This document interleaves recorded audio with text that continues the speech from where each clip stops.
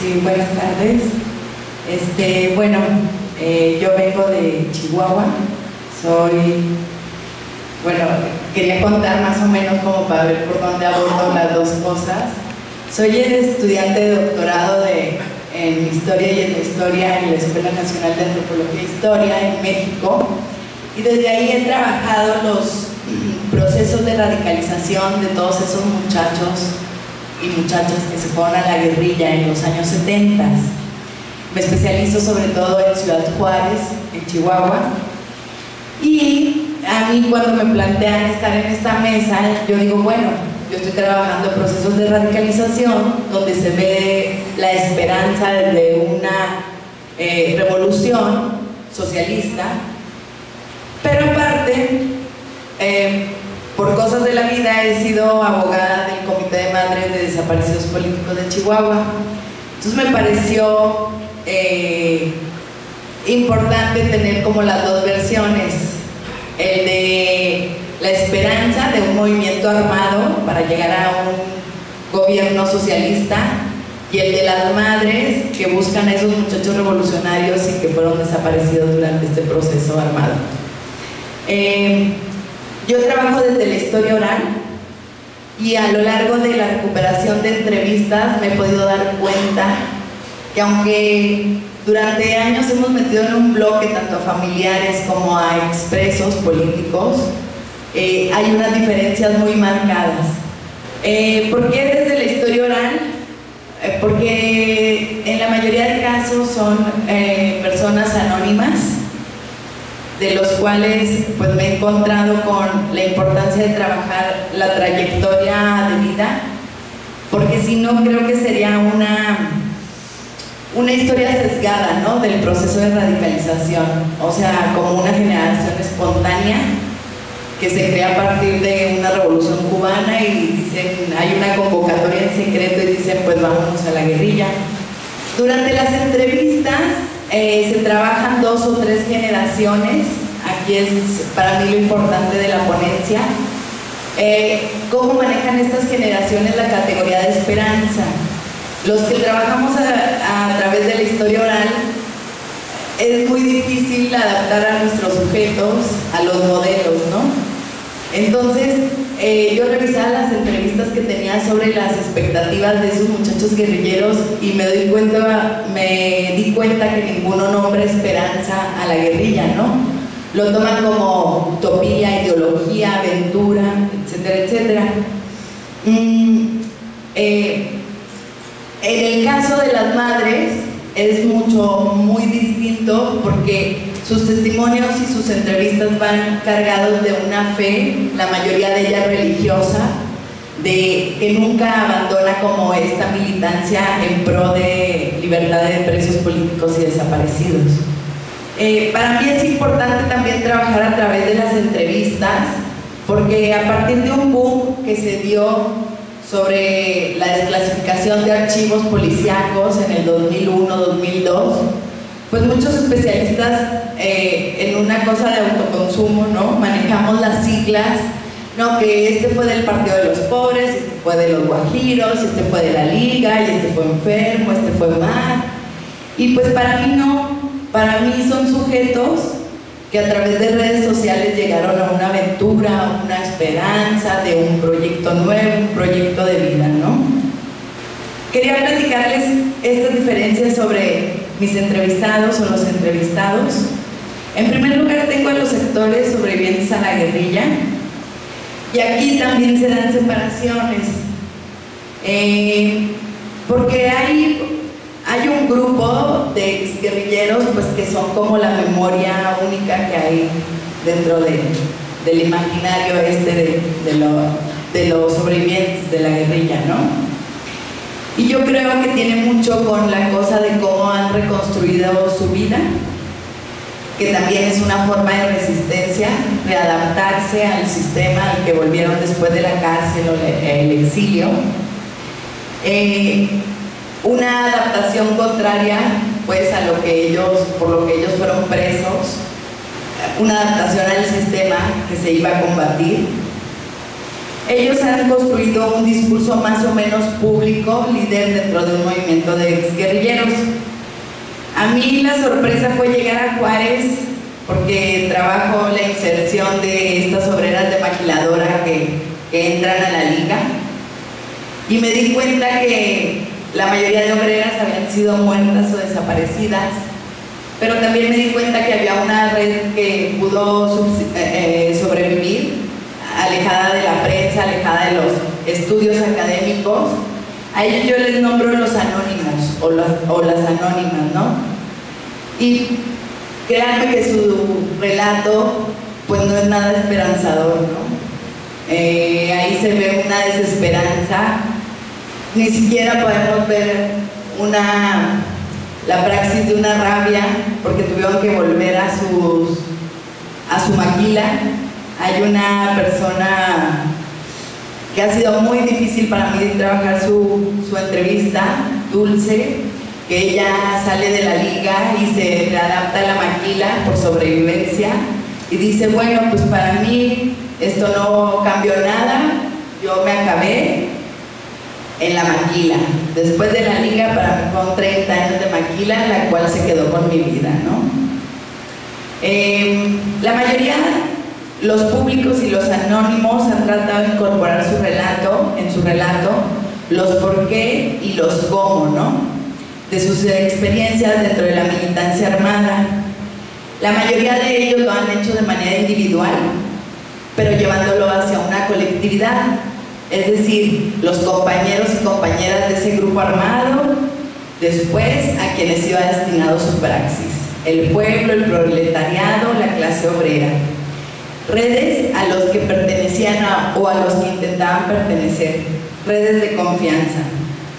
Aquí es muy significativo ver cómo queda fuera, y hago énfasis porque después lo veremos en el relato de las madres.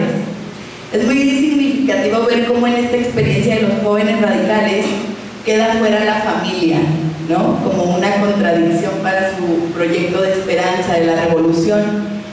Y hago énfasis porque aquí ha sido como una gran piedra en el zapato. Al no colectivizar su proyecto de esperanza de una revolución en las familias, ha habido una ruptura para entenderse y para poderse llevar a cabo en otras experiencias como la de buscar a los desaparecidos. Dentro de los relatos de las experiencias de los guerrilleros, se puede observar esos actos urgentes de la fe, ¿no? Es lo que me toca hacer y soy yo el indicado, junto con mis amigos o mis compañeros, la revolución. Por otro lado tenemos el testimonio de las madres, que ha sido la forma más cercana de reconstruir la vida de estos muchachos radicales. Con ellas podemos optar por no construir una vida sesgada de los guerrilleros, una biografía sesgada. Y hay una característica general en la mayoría de los testimonios de las mamás. Sus hijos eran únicos, eran irrepetibles, eran imprescindibles. Y esto nos da un indicio de la pérdida de su hijo o su hija, ¿no? Aunque tengan más hijos, el hijo es el que ocupa la fe de esa madre, ¿no? Aquí también podemos observar que para ellas, y era como lo que decía, para ellas es muy complicado entender ese proyecto de esperanza de los hijos. ¿Cómo pueden entender esta cosa? Ellas les llaman la mayoría de veces, se fueron a esa cosa, que sería la guerrilla, ¿no? Porque en un primer momento en sus relatos podemos observar que la guerrilla en realidad es lo que le quitó a sus hijos. Les quitó el proyecto de vida que ellas habían esforzado para ellos, sus cariños, el amor, la idea de tener nietos de esos hijos, etcétera, etcétera. En este primer momento se conforma la idea de un enemigo que se irá matizando con el tiempo en las madres que se vuelven militantes del movimiento pro defensa de presos y desaparecidos. Aquí en esto eso es como mucho más presente la dicotomía entre fe y verdad.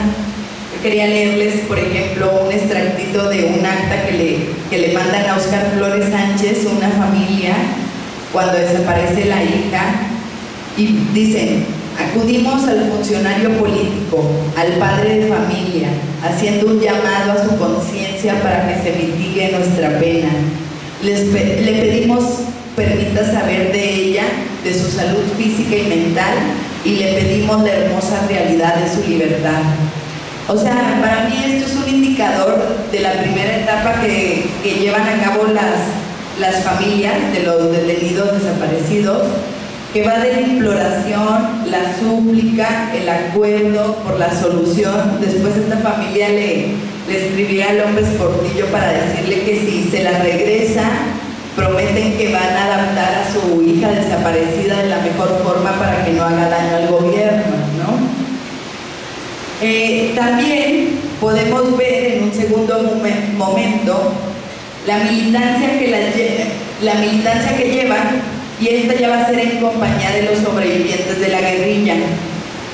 Acá es interesante ver cómo las madres dan una traducción sui generis al testimonio de los guerrilleros que pudieron salir.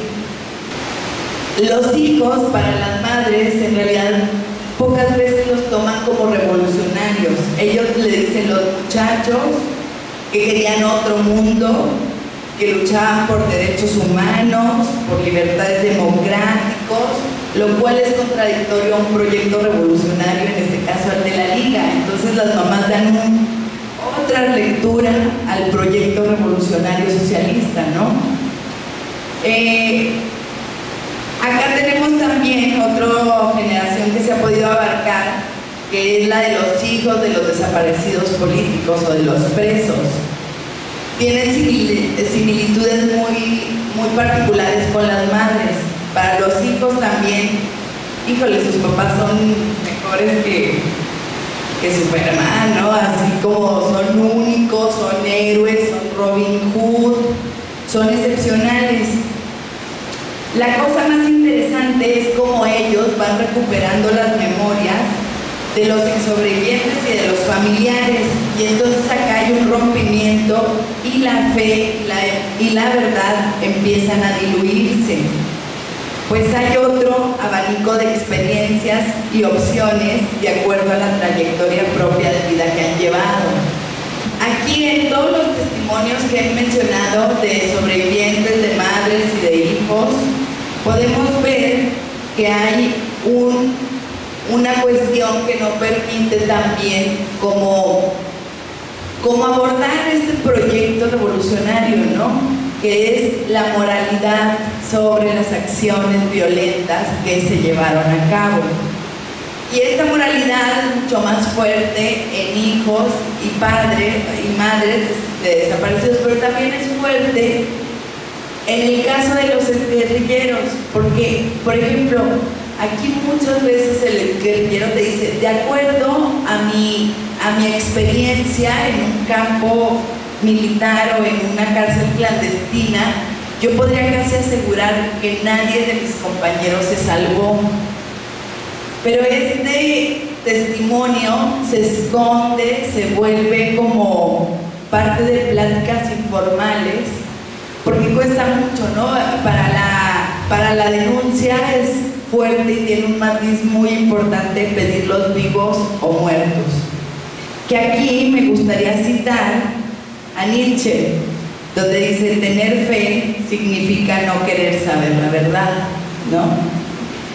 En este análisis de entrevistas podemos encontrar el problema filosófico en una cuestión que ha sido la que menos abordada y más controvertida: la fe y la esperanza en recuperar a los desaparecidos con vida. Creo que esto es como de lo más importante dentro de mi exposición, porque si no quitamos la moralidad de las acciones violentas, más bien de los revolucionarios, sobre todo de los revolucionarios familiares, podemos, y lo hemos visto, las madres han muerto esperando que sus hijos regresen vivos a casa, ¿no? Desde este movimiento, específicamente desde la otra campaña, hemos tenido un colectivo de familiares de desaparecidos políticos donde hemos dicho, ok, bueno, si todos los eventos, los hechos y los dichos nos han dicho que las probabilidades son bajas de que sigan vivos o que no existan en realidades esas, en realidad nosotros no vamos a bajar la denuncia de que hay desaparecidos políticos, pero vamos a seguir exigiendo la verdad o el esclarecimiento del hecho donde han pasado. Aquí nos encontramos con diferentes posturas,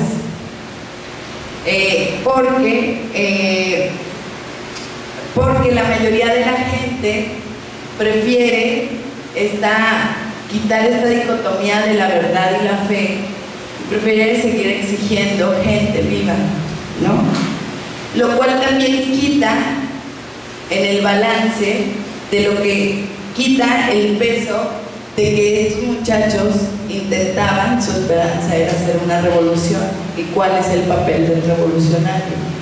Entonces nosotros desde una coordinación hemos empezado a decir, bueno, hubo costos muy fuertes en la vida y la libertad de personas, pero sí creemos que aunque estas personas hayan sido bajas, no podemos dejar de pedir un esclarecimiento de la verdad, lo cual nos ha contrapunteado, por supuesto, con otros colectivos que dicen que no podemos enunciar la posibilidad o las probabilidades de las muertes, que porque eso sería darle una razón al Estado. Para nosotros lo más fuerte en realidad es decir, o quitarle el peso de que estos guerrilleros vivos o muertos entablaron una guerra contra el Estado. Entonces, aquí para finalizar, yo lo último que diría es ¿por qué hay diferentes esperanzas?